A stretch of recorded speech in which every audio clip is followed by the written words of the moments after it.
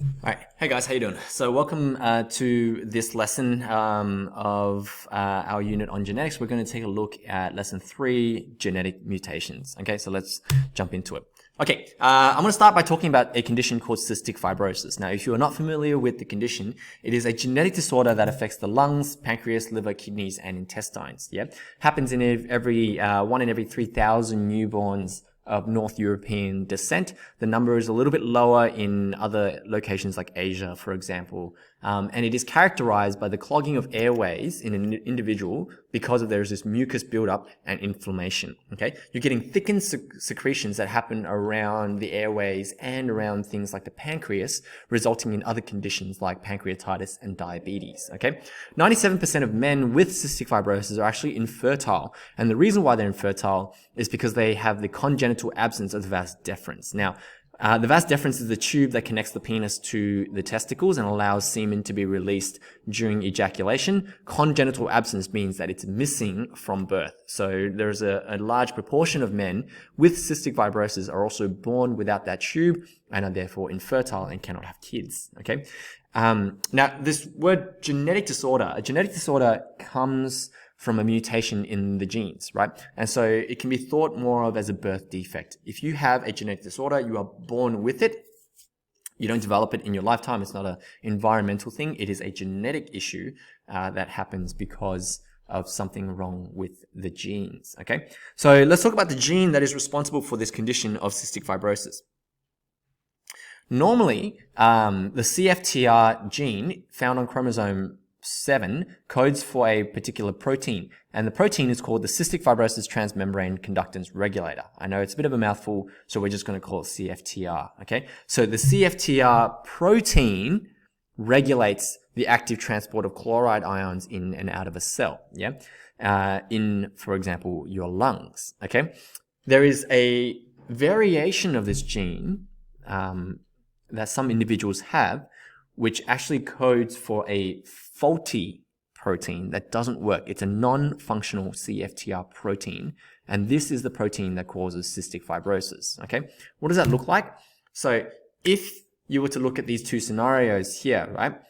If you were to take a look, imagine this being the lining of your lungs, and this is the blood supply where your cells, inside the cells are of the lungs, and this is the outside of the cells where the lungs come into contact with the air outside of the lungs, right?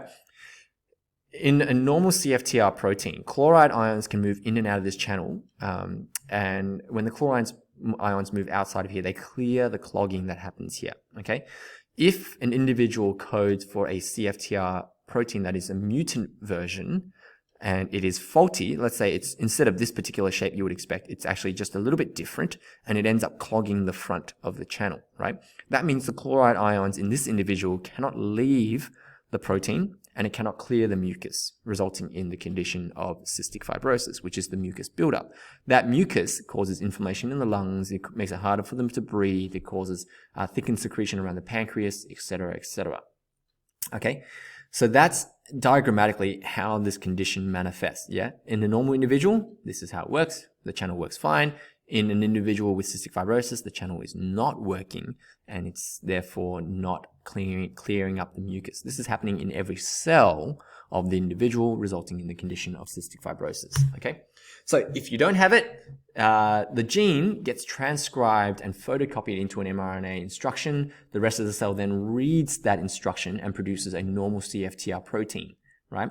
And therefore the protein works and you don't get cystic fibrosis, like so, right? There's your gene, gets translated, transcribed into the mRNA message. The message then gets translated into the protein built by the cell, and then it works when it's folded and then allows chloride ions, Cl- to go in and out pretty freely, pretty easily, okay? If it is non-functional, what happens is this little thing here is either not opening and closing properly, or if there's an extreme version, it's not even attaching itself to the cell and just floating inside of the cell, resulting in no channel at all. Both of these results in cystic fibrosis, and the protein here are both faulty, okay? Doesn't work, individual has cystic fibrosis, okay? Now, we're going to take a look at how this works later on, but, you know, this example shows what happens when you have what we call a micromutation occurring, a point mutation, where it occurs at a single nucleotide location. If we were to take that individual's genetics and kind of unfold it into the series of ATGC nucleotides, this would occur at only one nucleotide location. Yeah, there are 3 different ways that point mutations can occur.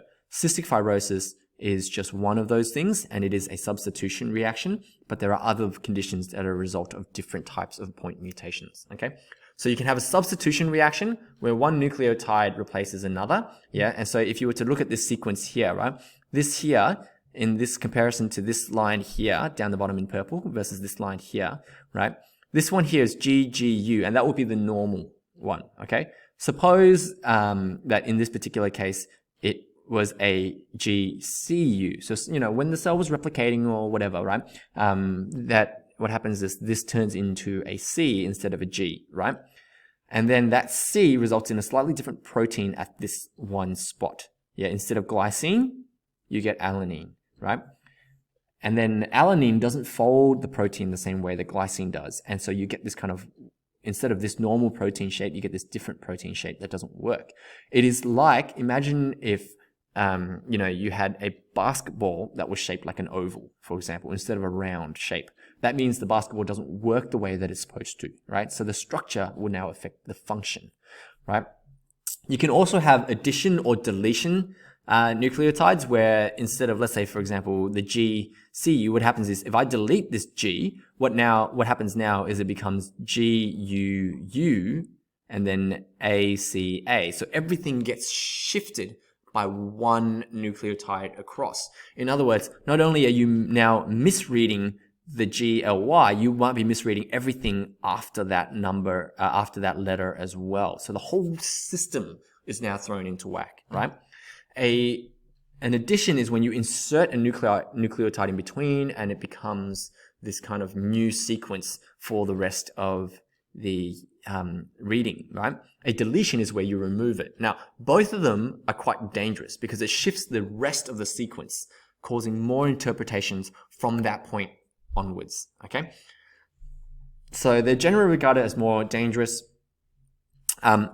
You have 2 different types of mutations here, yeah? In general, when you have one mistake at one location, we call that a missense mutation, where it's misread at one point. If it causes the mutation to actually stop functioning altogether or stop reading altogether, right, you call that a nonsense mutation, right? So nonsense meaning that in this particular case here, right, imagine if this particular one was changed from AUA to UAA. Now UAA actually codes for stop, which tells the cell to stop adding more proteins to that particular structure, and it cuts it short. So this is a nonsense mutation because the mistake is telling and cutting the protein, and the protein is going to be severely, you know, kind of short and smaller in size and not functioning to the full degree. Yeah. So the worse the structure is, the worse the condition can become. Okay. Now, you can also have what we call macromutations. Macromutations are not one nucleotide in one gene. Macromutation is like large segments of genes or the chromosome, yeah? So either parts or all of a chromosome would be considered as a macromutation, yeah? So a deletion would be if you were to delete a whole section of this chromosome, and let's say, for example, if chromosome 4 was meant to be this big, and you delete this whole section by accident, right? You're getting now a compromised chromosome because of it, right? If you have a duplication mutation, then you're replicating a section of the chromosome and you're duplicating it twice, right? And you might think that maybe that's a harmless thing because what's wrong with an extra photocopy of this thing? But cells rely on locations being accurate, right? And so what happens is if you have a gene that's supposed to be here, right, and it gets duplicated, the cell gets confused when it's trying to read the location of the gene, resulting in an improper reading and misinterpretation. You can get an inversion. So an inversion is when the gene gets flipped, so that little segment gets flipped upside down and it's read the wrong way around. So it's like trying to read a transcript backwards, for example. It doesn't make any sense, right? A substitution is when one section of it gets moved and substituted into the location of another chromosome, and so it's misplaced.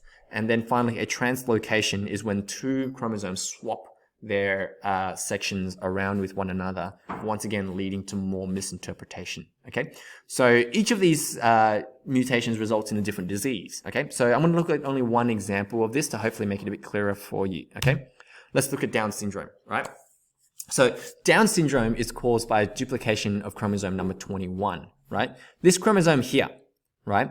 Pair 21 is only meant to have 2 chromosomes at this pair location, but one of them has duplicated on its own, resulting in 3 copies of the same chromosome, right?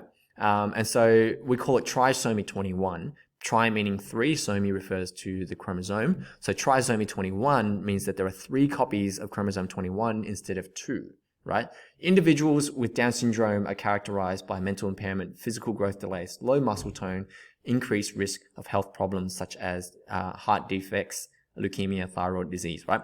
All of this happening because the cell has an extra copy of this chromosome 21 and it's having trouble reading and interpreting the genes on that location.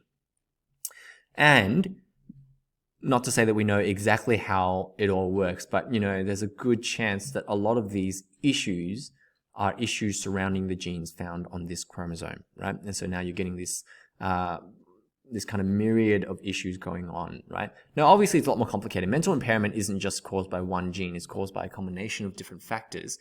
But we could say that obviously there's a correlation between having an extra chromosome 21 and the way that that chromosome is being read and contributing to the function of the individual overall.